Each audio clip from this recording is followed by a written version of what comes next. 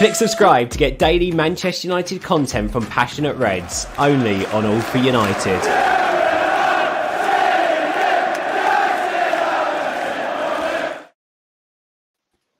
Hello and welcome back to the tactical preview. Feels good to be saying that again. It's been a couple of weeks. I hope you've all had a fantastic new year, a fantastic holiday season as well.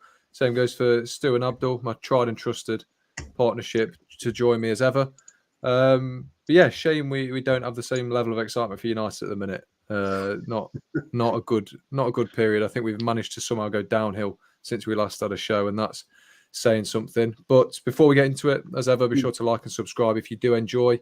Get in the comments as well. We'd love for you to get involved there. But yeah, we'll head straight into it. The title of the show: Ronaldo set to return. Obviously, he's in the news for different reasons at the minute. A pretty damning interview, but we'll get into that tomorrow on Timeline Talk. So stay tuned for that. But Stu, he missed the game against Villa that we won. He obviously played in the game that we lost, I believe. At home earlier this season. So do you think him not being in the lineup had anything to do with the result and our performance? Because I don't think our performance was as bad as people were saying on Monday. No, I don't actually. I think, look, for whatever reason, Rangnick decided to go back to the trusted 4-2-3-1 system. And I was absolutely gutted by that. It really, really got on my goat because the 4-4-2 with the diamond, which he eventually finished with Ronaldo up top. And as me and Abdel have been speaking about recently, with Martial alongside him, if he ever decides to bring Martial back in, would have been more than enough to beat Villa. There are occasions, though, where you have to take your hat off to the opposition. Whether you like the opposition coach, whether you like the opposition as a whole, you can't, you've got to take your hat off to what Gerrard did tactically. And I thought, as soon as he saw our team sheet coming with Freddie McTominay in there, his face must have lit up. That scouse squeaky voice would have been screaming and laughing because he knew exactly how to get at us. And it worked perfectly well because the way that Gerrard's got Villa playing now, they're so tight in possession. They're defending so much better as well. They're not specifically defending a high or a low line, but they're defending so much tighter. And they've got Cash and Target, I think it is, the two fullbacks who were absolutely rapid up and down. So I'm not saying he's playing like a Tuchel type side or he's playing like a Klopp type side, but he is utilising their fullbacks. And when you've got somebody like Ollie Watkins, who I like, by the way, I rate Ollie Watkins, he will just, he's not going to terrorise you, but he's like a fly. He's just tapping at you, a little mosquito, and he just won't give you any time. McGinn had a wonderful game. Again, there's a lot of guys in the chat, in our group chat. Some were for McGinn, some were against McGinn. I just thought, look, he had a good game. I'm not so sure he's great for us, but I think he had a good game. But he was quite solid. And Abdel and me were talking about, if you remember, we were talking about the problems between the gaps between our midfield and our centre halves. And the number 10 being able to, run riot in there. Funnily enough, me and Abdul have identified this. And luckily, I was on the review show and I was talking about this exact same time that Rangnick came out and said how difficult it is to defend about that. So I'm hoping that, in essence, I'm hoping we go back to his 4-2-2 or his 4-4-2 with the diamond on Saturday. Be a much more difficult game. And I expect Ronaldo to come in, but I don't think Ronaldo's absence or him playing had any real interference in the result.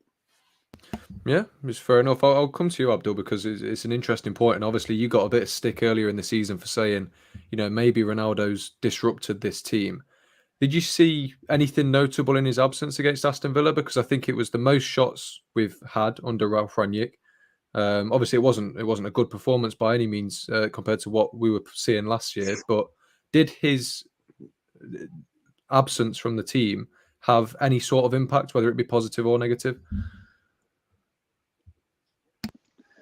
I don't think one game would be enough to show you and to show you how much of an impact his removal from the team would cause.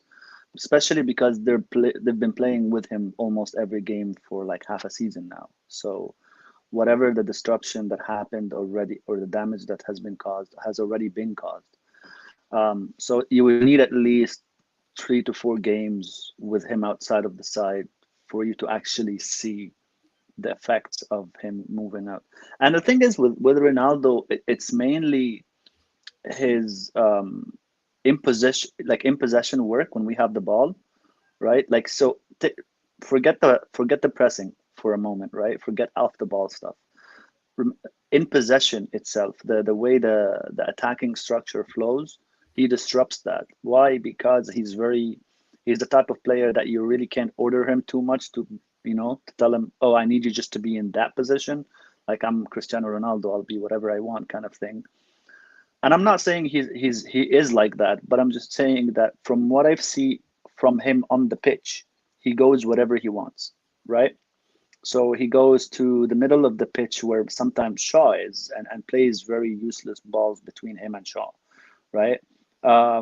He sometimes try to help build up, and in some occasions he would go between the lines, receive the ball, and it's a good thing, but instead of turning and proceeding the attack, he'll pass it back again.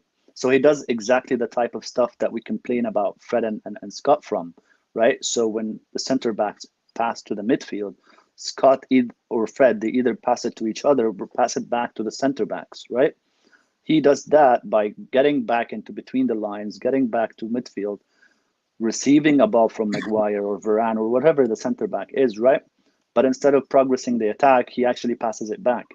So you kind of like look at that sequence as like, what have you done there? You haven't done anything here, right? You just wasted 2 passes for no reason. And then it becomes a problem when it's a recurring thing, right? And add on top of that, he's the striker, right? So he's supposed to be occupying the 2 center backs of the other team, right? So he's leaving them basically free. So when he keeps doing that, then it clogs one area. So whatever area he drops himself into. So for example, let's say because we're left side dependent, most of our players go to the left side, right? So you already have Shaw, you already have Rashford or Sancho, whoever is playing there, right? You already have Fred leaning towards the left-hand side, and then add to them Ronaldo, who's not sticking to his position in the center, right? Then it becomes 5 United players are on one side, and the rest of the team is on the completely opposite side, and then there's nothing in the middle, right? And then the space. So our problem becomes either there's too much space when we're off the ball, or too tight space when we're on the ball, right? That we clog each other up. And that's essentially the problem that that Cristiano does. Now the difference when Martial was the striker was that he had a connection with Rashford, right? They were able to interplay between each other, and Martial is the kind of person that actually takes the ball and drives at people, right? Whether he loses it or something comes out of it, it's a different matter, but he at least drives at people.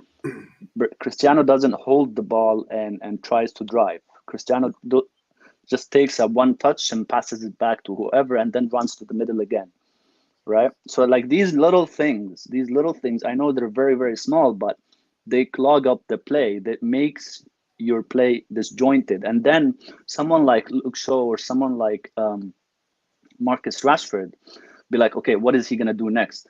Should I pass to him or is he going to come to me? Because he's very unpredictable. He sometimes does it, sometimes doesn't, right? With Cavani, at least he doesn't offer the on-ball quality that Martial does, but Cavani always stays in the middle and keeps moving. He keeps shifting the center backs all the time. Yes, he doesn't have the predatory instincts as good as Ronaldo, even though his record is not bad. Like Cavani is over 400 goals or something like that, right? But his movement is just as good, is just as good as Ronaldo's. And he keeps moving the center backs. So he creates spaces for others, for someone like Sancho to drop between the 2 banks, for someone like Rashford to drop between the 2 banks. And we can talk about their effectiveness later, but at least there is a space. You can progress your play, right? And this is essentially the issue that Ronaldo brings in possession. It isn't purely about, oh, he doesn't run. No, it's more, a lot more than that. You know what I mean? But unfortunately, the effects of that, you need more time to see it. to remove the effects of that. I mean, you need Ronaldo out of the team for quite a while to see the effects of it. And yeah, unfortunately, we are kind of sort of damaged right now. You know, like we need to go back and for a bit without him to go back to what we did last season. And now because he exploited he didn't on his part. Like, I don't want to be unfair to him, but because we had that hole in the middle, you know, and then with someone clogging up the play in front because there's no one to hold play like a Martial, you know, then you can't hold it in the middle, you can't hold it up front. Then you really can't control possession, can't control games at all, zero. At least let's say we used to do it at a 50% rate before, you know, and I don't mean 50% possession, I mean 50% control, right? Right now we're like less than 20% control of the game. We control it in very small patches, you know, like 5 minutes where United are on the top and controlling the game, and then they lose it again. I think it was less than that, wasn't it? I think it was less than that until against Villa. I think it was a lot less. Yeah.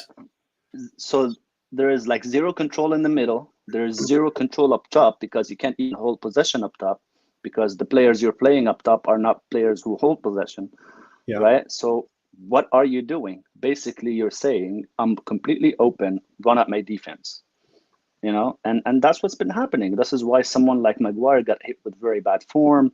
Luke Shaw, the same thing. Aaron Wan-Bissaka can't defend anymore, you know? Lindelof is our only, at least reliable, but sometimes does mistakes. Even Varane looks like an average defender in our setup. So it's like nothing is working anymore. But why? Because the profiles you're choosing here in the middle, or lack of profiles, and the profiles you're choosing, and the profiles you're choosing up top, or the person unfortunately can't drop up top, you know. I agree with you on that. I mean, it's lack of options, though, isn't it? The profile in the middle, yeah, it's more of a lack of options. But up top, we have options. Yeah, we do. You know? An interesting thing that people are talking about shots on target or shots as well. Yeah, Greenwood was so over selfish against Villa. There was 3 or 4 occasions where he could have gone instead of shooting. So it distorts really our overall play. It distorts the overall pattern. It distorts what we do normally. I think him and Rashford, both of them have that mentality. Yeah, and you added Ronaldo, so you have 3 players with that same mentality up top. All of 3 of them want to shoot. All 3 of them, exactly right. They don't look to create for others. They look to shoot for themselves. Well, one of the biggest problems for us, and again, it does come down to personnel. It is about control, but it's also about intelligence. And for the life of me, I can't kind of get my head around the lack of intelligent footballers that we seem to have on the pitch at the minute, because they are intelligent players. They're just not using the ball as an intelligent way. Yeah. And, you know, there are times against Villa where it's habituals too. It is, yeah. I'm so used to doing a certain thing, so whenever I get on the field, my mind gets into that mode. It's amazing, though, isn't it? Because so it's like I'm so used to being in this position, cutting in and shooting. So every time I get into this position, I cut in and shoot. It's an automatic reaction. Yeah, that's Rashford. That's Rashford pure. Yeah, you know, Rashford is so like robotic in that. You know, receives the ball, tries to drive at people by dribbling his way through half. Why? Because he's looking for that tiny space so he can shoot it. Because that's already decided before receiving the ball that I'm going to shoot. He's not looking at where their other options are so I can pass the people in better positions than I am so that they can take a better shot. You know? And Greenwood is slightly developing that. And it's worrying signs for him. The thing that really amazes me, and I played a 5-a-side last night, and we were getting absolutely battered at one point in the game. And I can't for the life of me understand why Fred and McTominay just can't get hold of the football and just deal with the football. Why it's got to be a million miles an hour for those, or, you know, they're so lazy on occasions.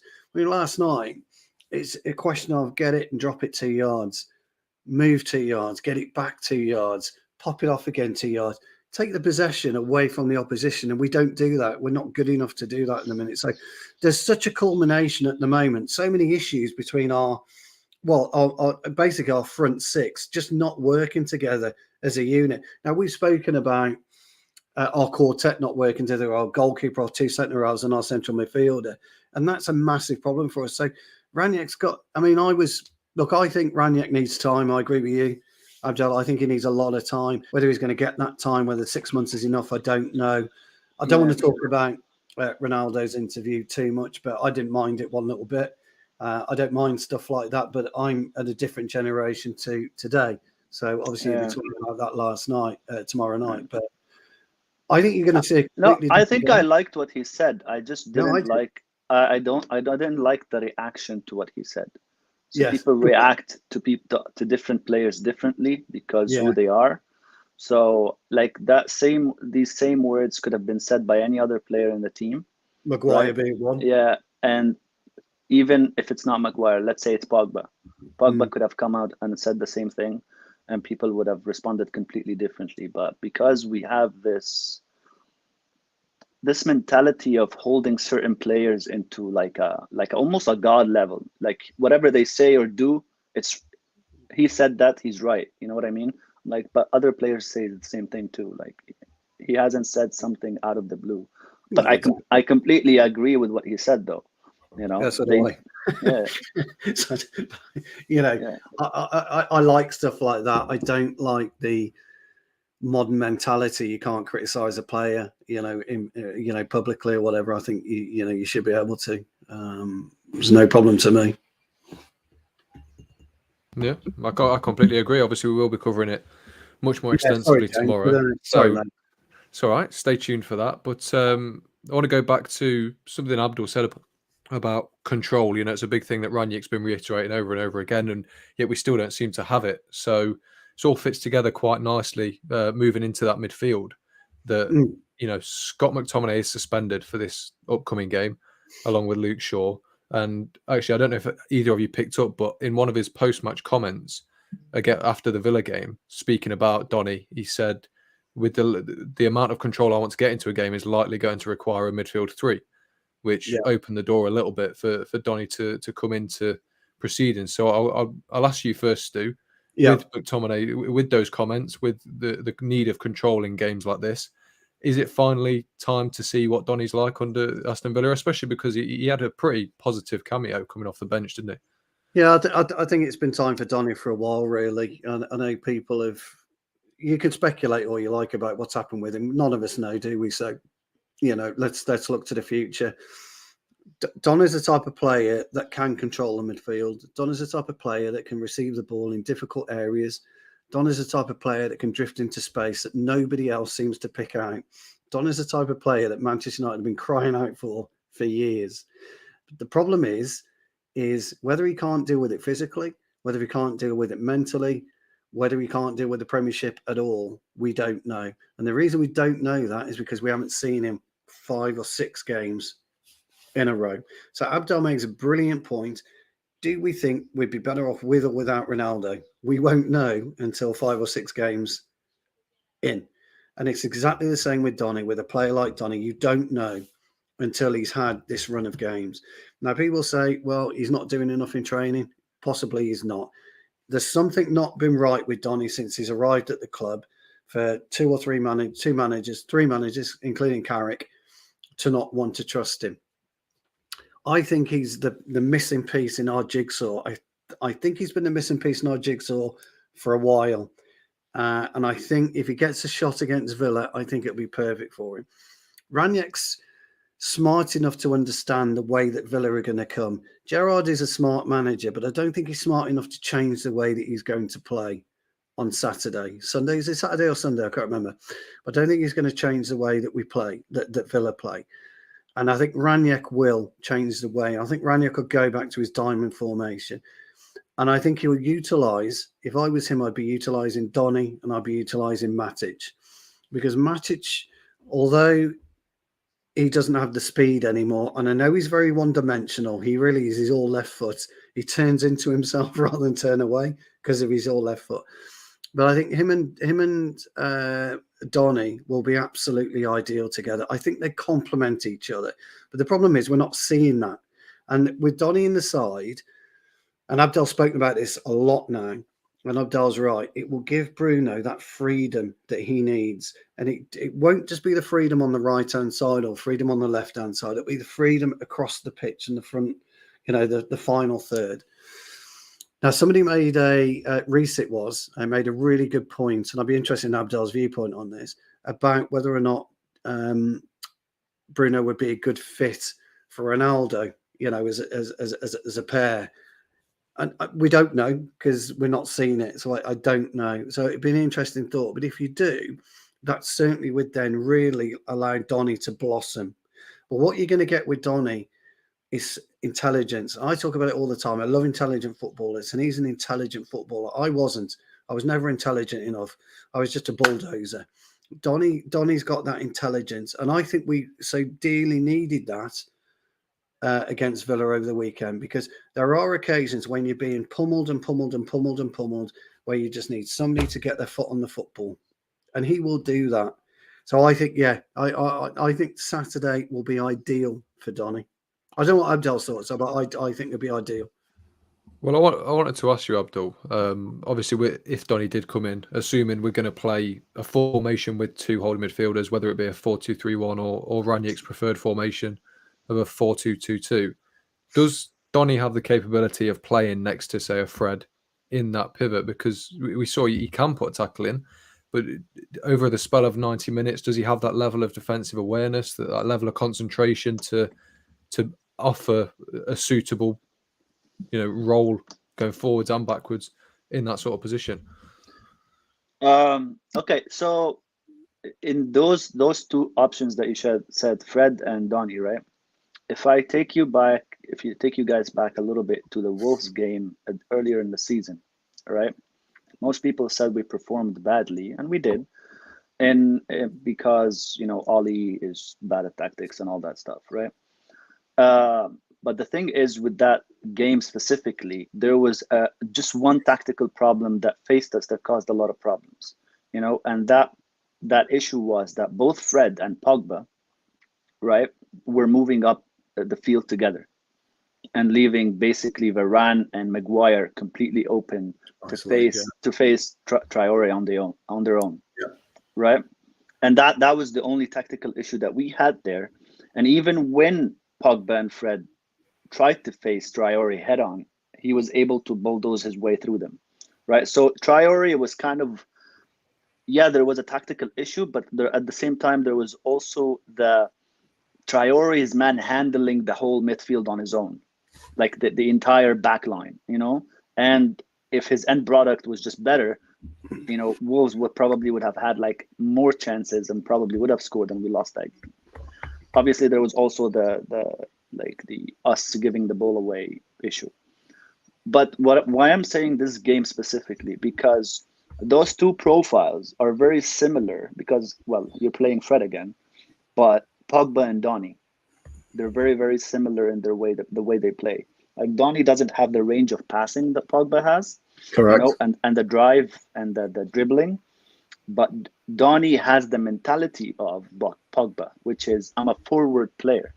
I want to go forward and find space, and unfortunately, every time we keep playing him in the pivot, sometimes he holds his ground, and sometimes he forgets and remembers that, oh no, I'm used to doing this. You know what I mean? Because he's still playing on certain habits that he picked up already as the player he is, to build his own profile, So playing Fred and Donny in that possession will leave you completely open. Yeah. We'll give you a repeat of the Wolves games. Obviously, not every team has a Traore, so you won't be as open, but you will still be open, So I don't think a Fred and a Donny works. I think a Matic and a Donny works better, but because of, Matic's slowness and whatever, and Donny's tendency to move back upwards, you have to have the structure a little bit more tighter. Yeah, so that means you can protect Matic if at any point there was a chance of him getting overrun.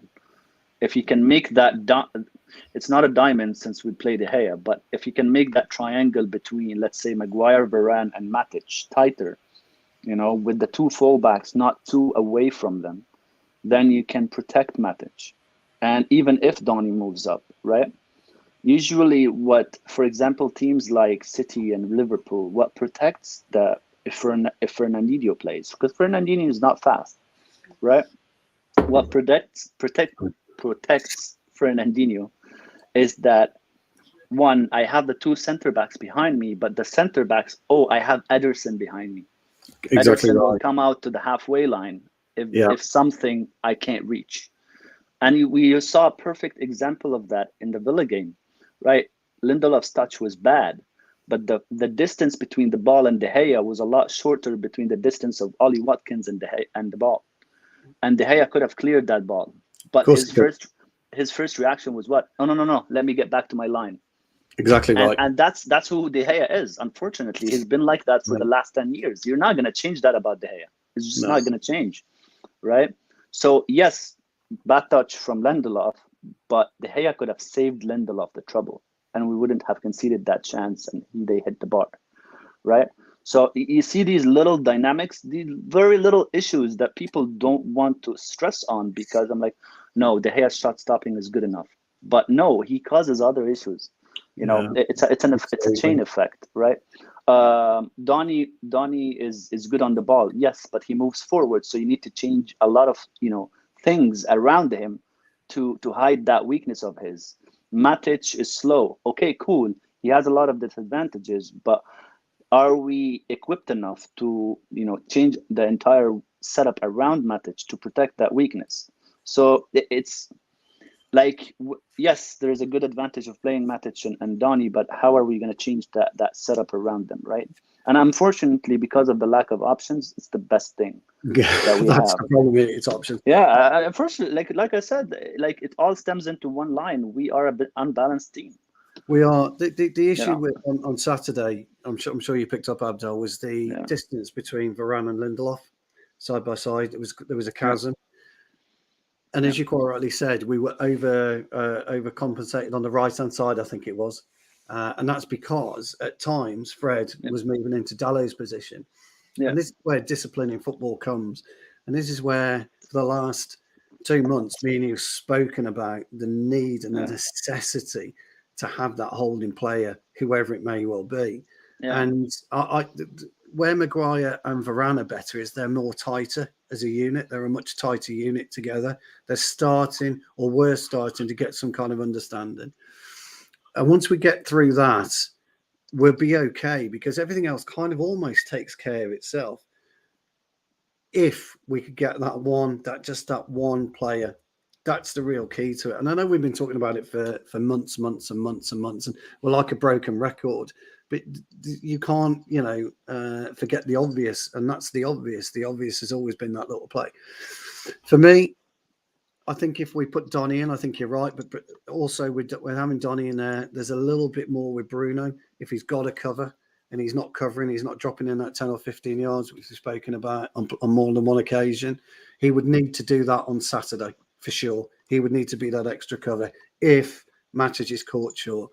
What I'd like to see, though, is Varane and Maguire take a little bit more responsibility and work better with Matic. And if they do that, I'm not saying it's the ideal situation, but it's the ideal situation for what we've got. Yeah, it certainly would. I think my opinion's always been Donny would need the sort of midfield that we had when we had Matic, Herrera and Pogba. I think you can sort of recreate that in having Matic as the Matic role and then Fred as the Herrera role, and then having Donny as Pogba. Obviously, he's probably not quite as good of a replacement, but sort of that's how you're going to have to shoehorn him into the team if you wanted to. That's a good question for you, Abdul. What would be the impact on chance creation from wide areas if Matic, Donny midfield, with the fullbacks being even more narrower to the centre backs? Zero. There'd be no impact at all on that. Yeah, with the current fullback profiles that we have, it would be zero, just like Stu was saying. Because remember who you're playing in front. So we always play Greenwood and Rashford, right? And Greenwood and Rashford, we know they don't create for others; they want to shoot. Exactly. So where are your creation coming from? You're basically relying on Bruno Fernandes, and if he doesn't create something, then absolutely zero. The two players that were carrying us last season were Shaw and Bruno in chance creation. Absolutely. Even Maguire contributed to chance creation. Imagine the center back is doing that, you know. But we didn't have anything coming from the wide players, right? And that's my problem with having Ronaldo, because at least when Martial was there, he was facilitating a little bit, you know, he was helping a little bit Bruno. Now that you took Martial off, your in possession game went down, then you added another shooter, right? And someone who can't even hold the ball, you know, because he's not very good in possession. So you have three shooters in front that don't create for each other. You have a fullback who only creates, like you only create with one fullback from the left, and you have a fullback who doesn't create, which is Aaron Wan-Bissaka, and then two midfielders who can't even, or not good on possession. So you're a left side fullback dependent and one guy in the middle dependent and nobody else. You know, so shut down Bruno. Shaw can't progress because the pitch is tight on the left. Then Manchester United are done. That's it. Simple. Our chance creation actually is Ranabir. If I got your name, if I hope I pronounced your name actually, right. Like when you go through the last 2 years under Oli and look at all the rumors and the players that he was targeting heavily, it kind of makes sense because he really wanted Sancho from the very beginning. And he also wanted Grealish. Why? Both of them create from the wide areas. One from the right, one from the left. Yeah. Right? And we had Martial facilitating and we had Bruno. Then you have chance creation galore. So if you remember, we got neither on time, and not only that, Martial dipped in form and he couldn't recover it, right? And then we bagged Cavani, who's not a bad signing, but he's not the same as Martial. So the whole plan went to became very like weird. Ideally, you're absolutely right, Abdel, because he wanted the diagonal. Our chance creation always grew on the diagonal play. Sancho can do it. Rashford could do it. Greenwood could do it. Martial could do it. So the acquisition of Sancho was, I think, in Ollie's mind, to have whoever. I would imagine Martial as a 9, to be fair, and he'd have had Sancho and perhaps Rashford attacking the diagonals. Now, once we stopped attacking the diagonals, which we have done, our chance creation has been limited. It really has. And even with Ronaldo up top, you can still attack the diagonals because. When was the last time we had a pen? You know, a proper, a pen. That one season, 2 years ago, we were winning a pen every game, purely and simply because of our diagonal approach. And Bruno was pivotal in that because Bruno was almost holding it across the middle. So every time, Bruno would get the ball, he would lay it off to the right or to the left, and then we would hit with pace. Our chance creations disappeared at the minute because we're not hitting with pace. We're not hitting the diagonal anymore. And until we get back to that way of playing, and even Rashford himself, he had one or two, and Greenwood had one or two chances to hit the diagonal. I'm talking about the edge of the 18-yard box, by the way. Once you attack that, it becomes almost impossible for a defender to know what to do. Because once you've got a defender on the back track, he's either going to commit to a tackle, in which case he's going to try and keep you out the box. But the pace of Rashford and Ronaldo at that particular, and Martial at the time, it was impossible for a defender to stay out the box. And Greenwood's got that pace, and so has Rashford. And we need to almost get that spearhead back. And if we do that, our chance creation will go. So I hope that answers your question, Ranaby. If I spell it, hopefully I've pronounced his name right. Hopefully so. There's not much more to touch on with the game, so I wanted to look at some recent news from a tactical point of view. I suppose I'll come to you first, Abdul. It's the things are heating up around Dennis Zakaria now. I don't know how much of a fan I am of the signing. I think it's sort of, it's a bargain and nothing else. But if the signing does go ahead, it looks like it might. Is he the answer to the problems? I think I know what your answer is going to be, but if he is or isn't, what can he at least offer as an improvement?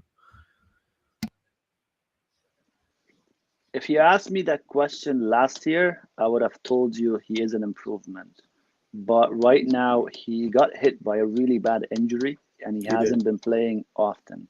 and honestly, I haven't been watching Bundesliga this year a lot. I was watching it last year.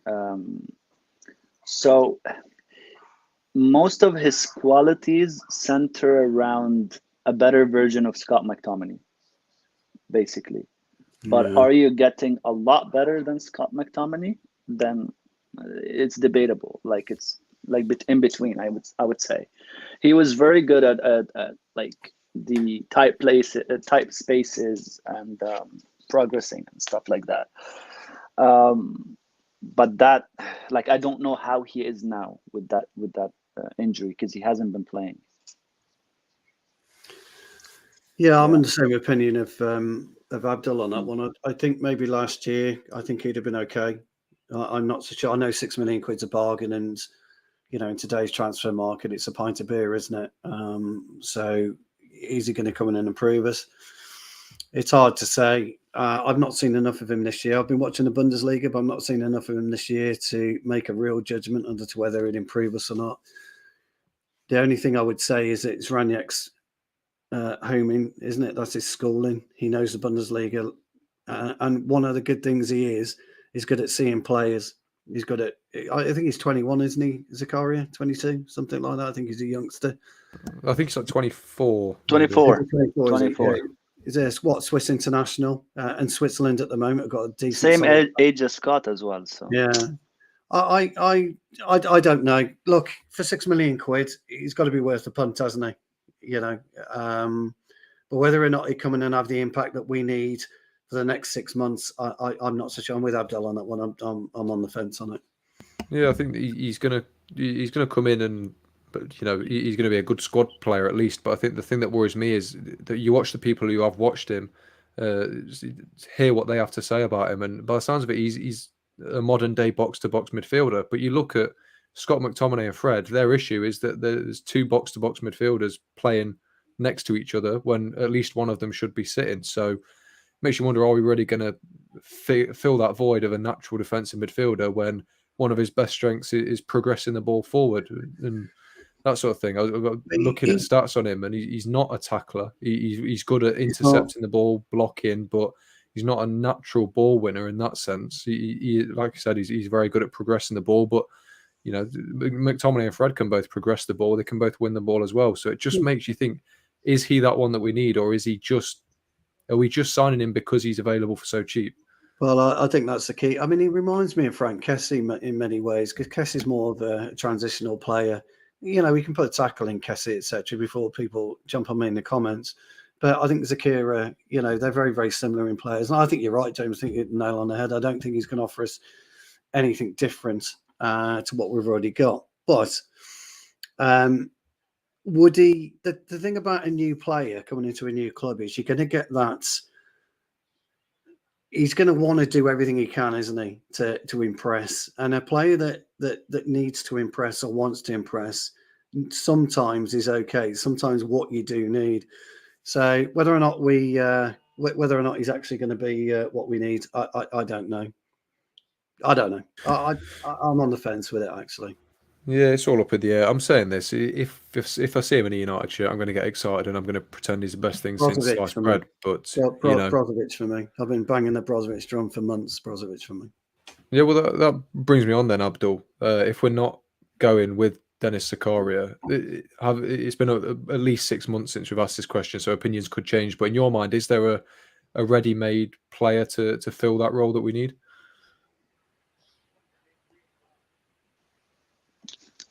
You asking me, James? Yes, yeah. Can you repeat that question again? Sorry. Just talking, if Zakaria is not exactly what we need for that midfield role, is there a person sort of available right now that you think does fill that mold? Obviously, we've got Ruben Neves that's commonly touted. Stu says Marcelo Brozovic. Is there one player that stands out for you? For me, to be honest, I was thinking of Basuma. I saw a couple of links. I don't know if they were serious or not. Yeah. But I would get Basuma just because Brighton have playing the possession game for a long time now, and he's been doing really well with them. I'm seeing that Neves is actually answering the questions that I've had of him, that Ruben Neves, because before under Nuno and Spirito, he was playing the low block, so he wasn't on the ball as much. Like, I knew his passing range was good, but I just didn't know how does he position himself in a position-based team. And right now, he's actually playing quite well in a position more style under Bruno Lage. So from the Premier League, at least, I'd say these two stand out. From outside of the Premier League, there is the one we were linked with, Tukumani. Yeah, he's amazing. Like when he played for France, he was very, very good. I actually wanted us to get him when we were linked to him in the summer. And he's still improving day by day, and he's very young, so he'd be one of them as well. Yeah, I think with things like that, the only thing that worries me is, signing players young at United. We very rarely get the best of young players. I think our success with transfers comes with a finished product, like a Bruno Fernandes or someone like that. That's the only thing that worries me about young signings. It's not the player itself; it's how we then develop them and make sure that they're good enough to be with us for the long term. Exactly. This is a problem that we essentially have. So if you look at Martial and Rashford, both of them, their games haven't really improved ever since they came to the club. Like, Martial still plays on his raw talent, right? He does, he still plays off the cuff a little bit. You know what I mean? Yes, he does get a bit of instructions, does different things in different games sometimes, right?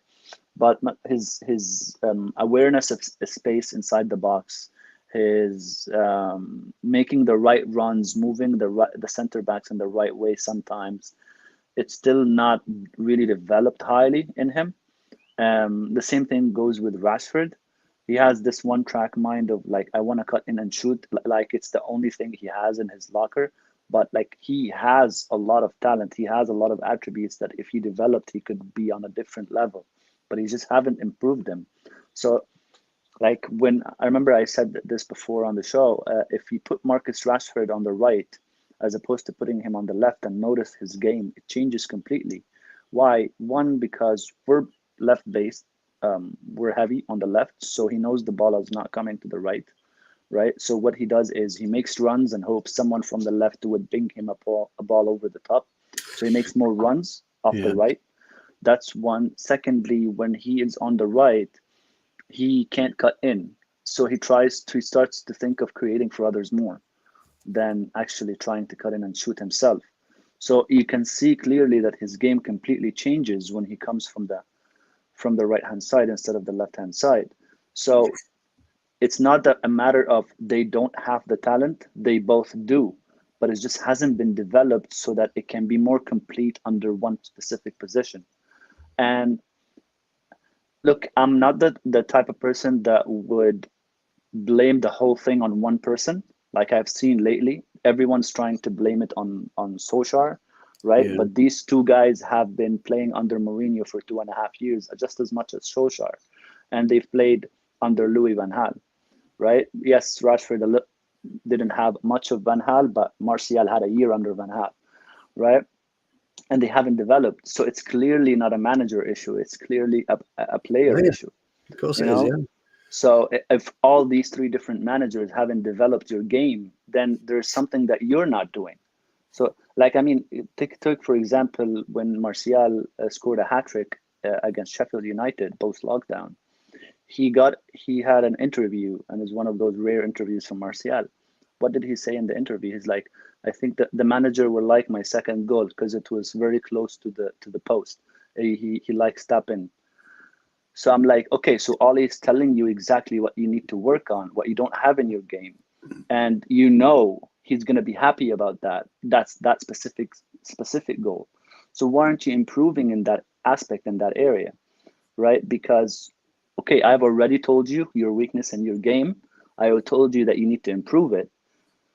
Now you need to go and do the work. Are you doing the work, Martial? Right? The same applies for Rashford. This is not only on Martial. Rashford is the same exact case, but on a different aspects, right? So Mourinho had issues with Marcus that he drives too much without thinking. Like he just wants the dribble, right? And I'm pretty sure Ollie told him as well the same thing, that you need to exploit the right space to get more goals, because you're a wide forward, not a winger really, right? And both of them haven't developed in that. I am starting to think that it's more on the players and also more on the club, because of like, did they provide them the best, like the best available coaches to help them with that? Did they provide them with certain aspects, like us not having a psychologist yet, and Rangnick actually hiring one for us? Like these little things of, like, obviously I blame the club a little bit. I blame the club a little bit also on the idea that they're being overrun, but just a little bit, because there's a lot of factors in that. Like someone like Marcus Rashford, he has this, I want to sacrifice myself for the club and the team, right? And he does it with England, not just Manchester United, right? So, like, you're young, you don't have to play each and every single game, right? And like, look at Cavani, for example. Whenever he's not fit, he objects to playing, and no one can stop him from that. I'm pretty sure if Marcus Rashford said, I'm not fit, Solskjaer wouldn't have played him, you know? But he puts his hand up, I want to play. And also because there aren't many options off the left at the time, you know? So like, these are responsibilities on these players. Sometimes it feels like they're still little children that need to be told everything, you know? I think it gets overlooked, Abdul. I'm with you on that. I think the only way a player is going to improve is first and foremost by himself, you know. Exactly, completely. Coaches can tell him where to be, where to stand. Yeah. This mentality of we need to blame someone for everything. It doesn't work. There's multiple factors to why. Like there's, for example, because that's the most talked about right now, Rashford being run to the ground. There's many factors to it. It's not just one manager saying, I'm going to play you even whether you like it or not. You know, no. Factor number one, Rashford wants to play even when he's unfit, right? He went to England when he knows he needed surgery because he wants to play. He wants to be there for his country and he wants to be there for his club. So that's on him, biggest factor. Secondly, the club not providing multiple options to Rashford, to the club, to the managers that were at the club, right? So leaving Ole Gunnar Solskjaer very short in 1920 was on the club, right? So he had to overplay Rashford that season. And thirdly, the Ole, like if he's seeing that Rashford is being reckless with his own health, he should have stepped in and told him, I'm not going to play you, Rashford. No, you need to sit this one down, right? So there's three factors here. There isn't just, oh, it's only Ole, or oh, it's only Manchester United, or oh, it's only Rashford. There is multiple things that play, and it could be other factors too that we don't know about. These are the ones that are just off the top of my head. So we need to blame someone for everything. It needs to stop. Unfortunately, but there seems to be just a tunnel vision on it. It's always the coaches. It's always this. It's always that. But you know, anyway, you know my view on that. I'm not going to go down there. Yeah, it is worrying, going back to the initial comment, that stuff like this probably will affect our future as well unless it gets sorted out, because we can sign all the young talent that we want. You know, they're not going to get any better. That's why, you know, like I said, Fernandes has done very well because he's not needed to improve his game to improve us. Yeah. Whereas you get someone like Tchouaméni in, who is an unbelievable player already, but he's probably not at that, you know, world-class level yet. He comes to United, I don't think he's ever going to get to that world-class level, and that is a real shame to say how well we have developed talent in the past.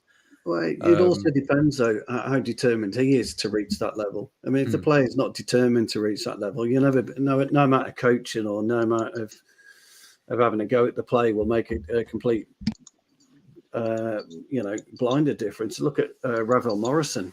He's a great example of a player who just couldn't be asked. He just couldn't be bothered. Danny Cadamatri years ago for Everton just couldn't be bothered. Couldn't be asked. Jermaine Pennant, great talent, couldn't be bothered. Didn't want to put the work in. And this is the problem with the, you know, younger footballers today. They get these trappings way too early in their career. There should be you know, the FA should have stepped in years ago Yeah. Look, you can offer a 21-year-old footballer 200 grand a week. That's absolutely fine, but they've got to be able to understand what that means. They've got to understand what it means to play football, to have a responsibility playing football. Think about it. Think about it this way. Like Twitter, for example, they use Cristiano Ronaldo as the benchmark, right? Yeah. So LeBron James in basketball, whatever. These players all time.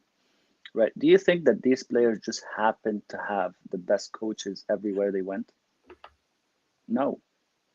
They worked on themselves.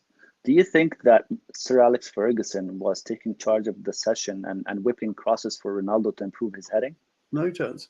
No. Probably Ronaldo went to one of the coaches, told him, I need to improve my heading.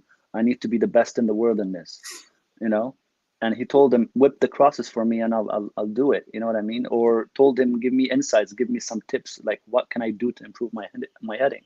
Yeah. These players don't just happen to run into the best coaches in the world at the time they were at the clubs. No, they work their asses off. They die. They make it an extreme level where you actually would think, are they fucking crazy? What the hell are they doing? Like, they need to rest a little bit. This is the type of dedication and extremism to reach the greatest of all time level. And we're not asking them to be the greatest of all time, but we're asking them to be better. So the question would be, is Martial doing everything possible to improve himself? Like, I'm not even, forget United, talk about Martial. Is he doing everything he can to improve himself, his situation? Same with Rashford. Do you think running yourself into the ground will improve you? It will destroy your career. Like, you need to stop and put a line and say, I'm not fit. I can't play. It goes both ways. It doesn't happen in the modern game. That's the problem. You see, the modern football is way too selfish.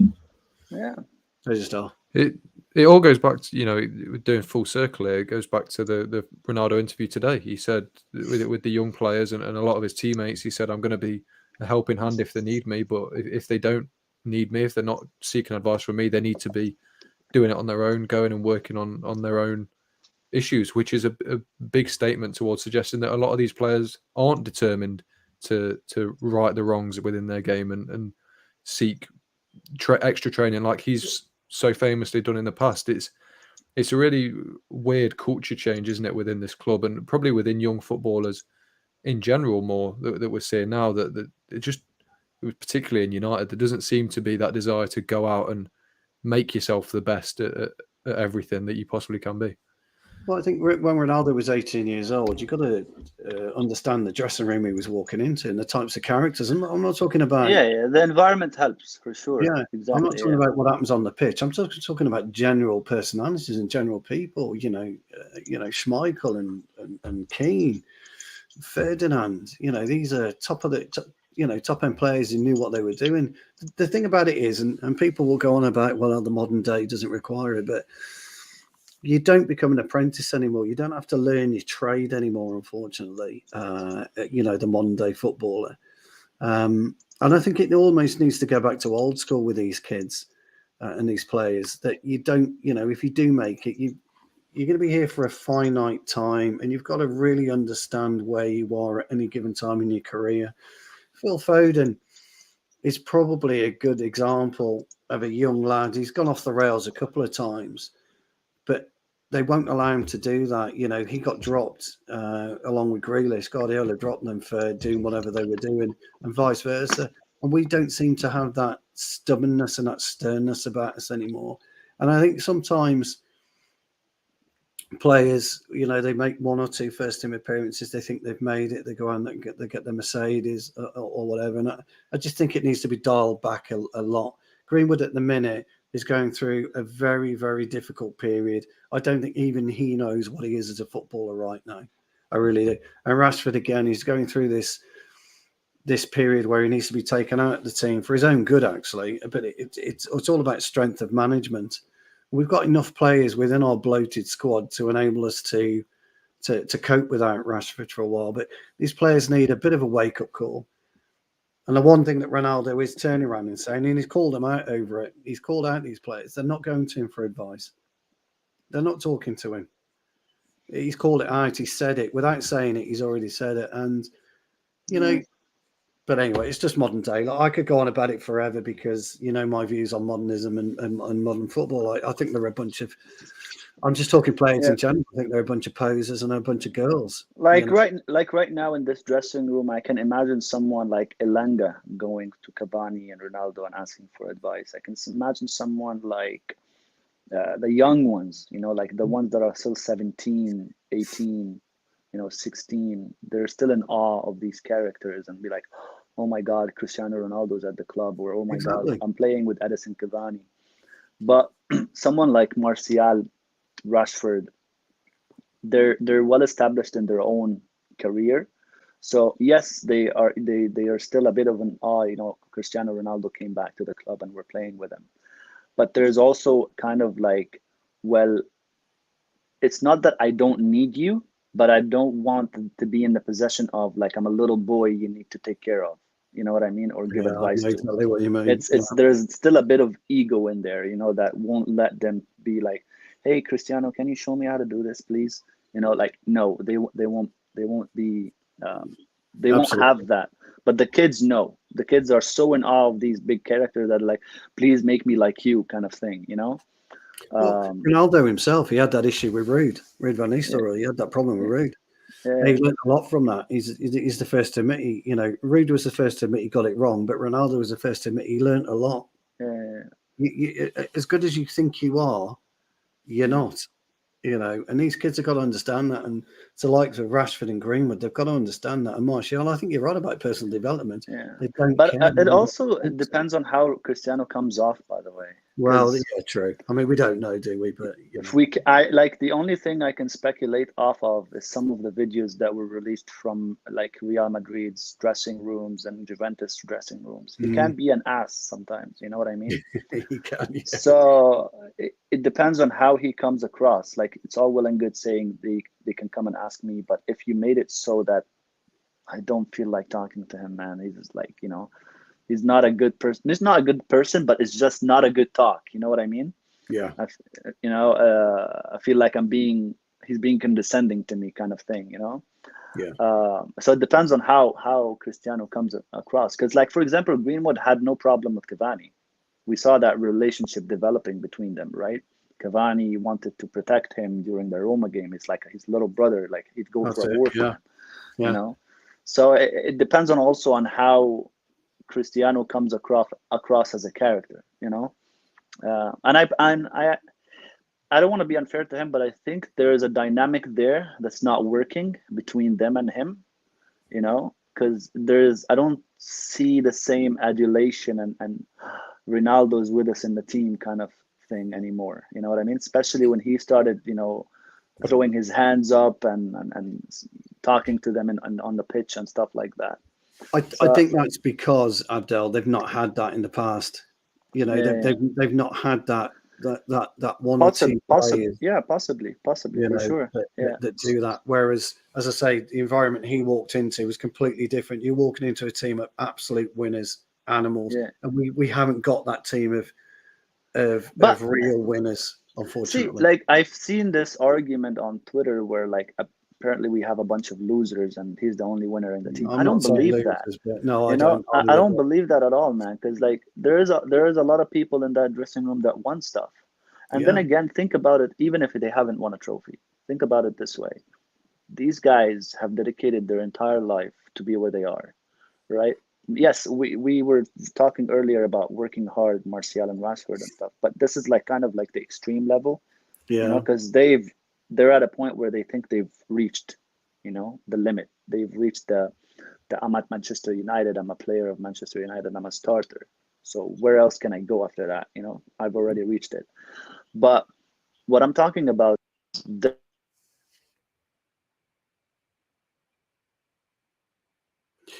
I think what he's talking about is, are you willing to run that extra 5 yards when you're absolutely shattered?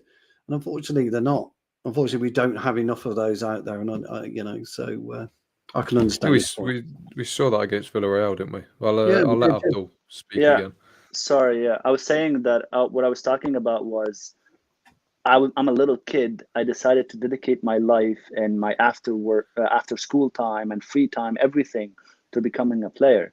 right? So you can't tell me this is they're not an attitude of a winner. Someone like Maguire got relegated, but he kept on, persevering. he kept going until he reached Manchester United, until he was an important player at Leicester, and then he became. Roy Keane was relegated.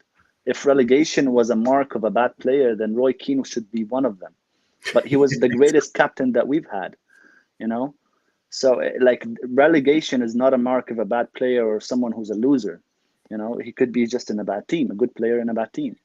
And so what I'm saying is, like, these players, they dedicate their entire lives to reach where they are. They're not losers. They don't need a Cristiano Ronaldo to come and tell them how to be winners. Maybe he will push them a little bit, That's a what little it's bit all more. about.